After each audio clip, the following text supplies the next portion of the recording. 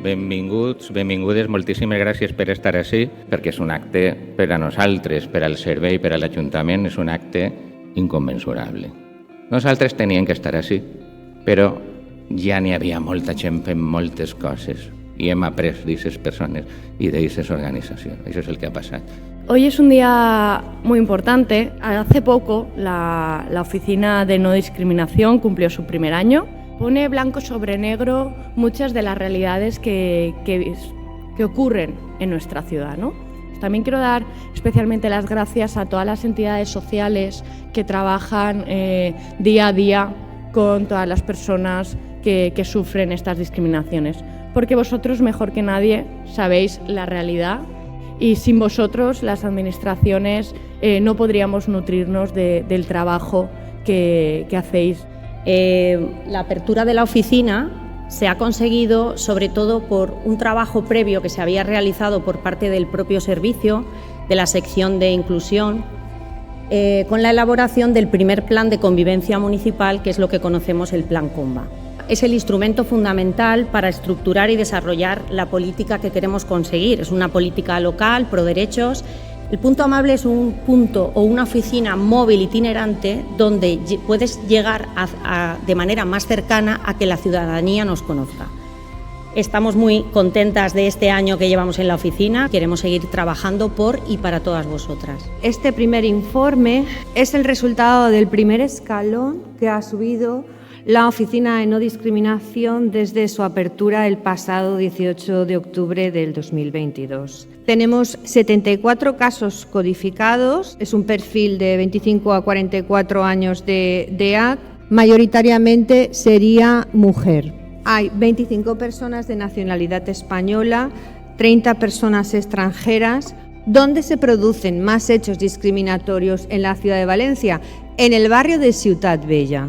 La millora sempre passa per dues coses, no?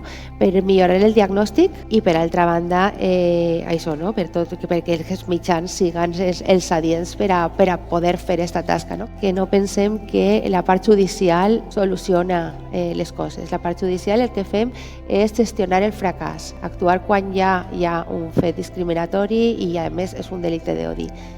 Tenemos muchos servicios en los que actualmente estamos colaborando, pero creo que tenemos que seguir mejorando respecto a la coordinación para poder llegar a ser más eficaces.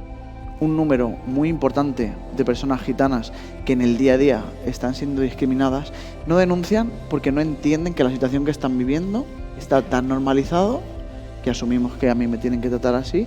Ya era hora que existiera un registro único universal, por favor, ese código, que hubiera un sistema de geolocalización. Me parece algo súper práctico. ¿Por qué? Porque al final las financiaciones van acompañadas o previas de un informe, de una justificación, y esos datos que pueden parecer aburridos sirven para justificar eso.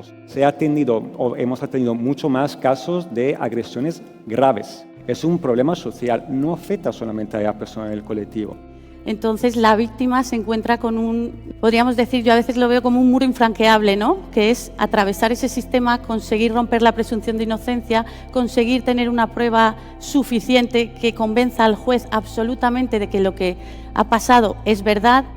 Realmente con todos los recursos que tenemos en Valencia de no discriminación, que ojalá dentro de un año o dentro de 2 años podamos echar la vista atrás y que nos sintamos orgullosos y orgullosas del trabajo que se hace en Valencia.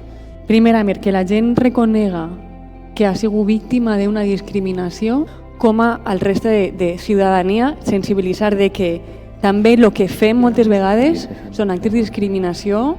Tenemos uno de los mejores equipos humanos de personas dedicadas a luchar contra la discriminación, que están en todos los lugares posibles para hacer llegar ese mensaje de igualdad, de no discriminación, de defensa de los derechos humanos.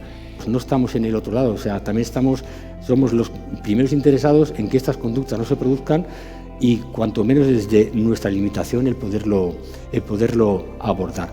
Esperemos que el Poder Legislativo interiorice realmente de la necesidad y de la conveniencia de tener unos profesionales que de manera exclusiva nos podamos dedicar a este ámbito tan importante como los delitos de odio. Consideramos también muy importante la formación a nuestros propios agentes. Se dan casos de lesiones, si el personal no está suficientemente formado, pasa desapercibido y no consta como un delito de odio.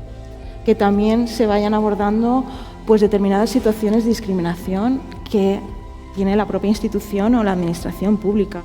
Tenemos que empezar a hablar también de espacios constructivos, de la riqueza que genera la diversidad,